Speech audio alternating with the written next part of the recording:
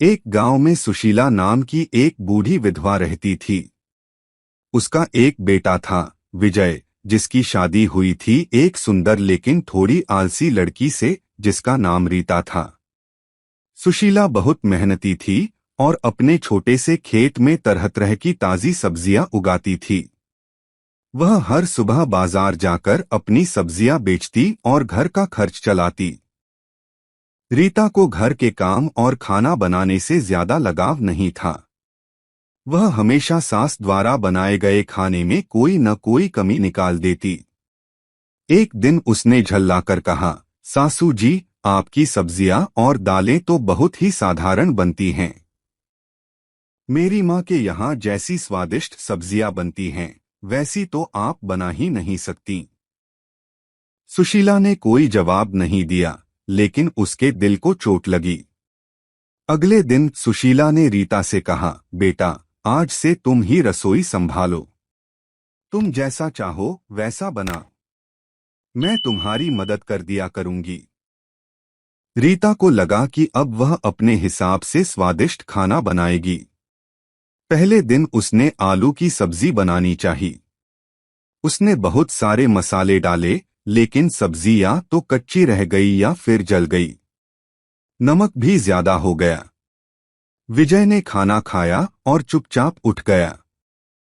दूसरे दिन उसने दाल बनाई। दाल को उबालना भूल गई और सीधे तड़का लगा दिया। दाल फीकी और अधपकी थी। तीसरे दिन उसने भिंडी बनाई, जो चिपचिपा गोंद जैसी हो गई। कई दिनों तक घर में खाने की बर्बादी होती रही और स्वाद भी खराब रहा। रीता का आत्मविश्वास टूट रहा था। एक शाम जब विजय ने फिर से बिना कुछ कहे खाना छोड़ दिया, तो रीता की आंखों में आंसू आ गए। वह सीधी सुशीला के पास गई और बोली, माँ, मुझे माफ कर दीजिए। मैंने आपको कभी अच्छा नहीं समझा, लेकिन अब समझ आया कि इन साधारण दिखने वाली सब्जियों में भी कितना प्यार और अनुभव छिपा होता है। आप जैसी सब्जी कोई नहीं बना सकता। कृपया मुझे सिखाइए। सुशीला ने मुस्कुराकर उसे गले लगा लिया। उस दिन से रीता सुबह सुशीला के साथ खेत पर जाने लगी। उसने सीखा कि कैसे सही समय पर सब्जियां तोड़नी हैं, कैसे उन्हें साफ करना है और कैसे उनके असली स्वाद को बरकरार रखते हुए उनमें जान डालनी है। धीरे धीरे रीता ने सास के हुनर को सीख लिया।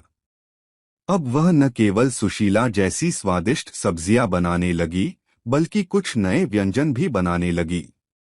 गांव में अब लोग कहने लगे, सुशीला की बहू अब उससे भी अच्छी सब्जी वाली बन गई है। लेकिन रीता हमेशा कहती, नहीं, मेरी सास की बनाई सब्जी का स्वाद अलग ही है। मैं तो बस उनकी छोटी सी छात्रा हूं।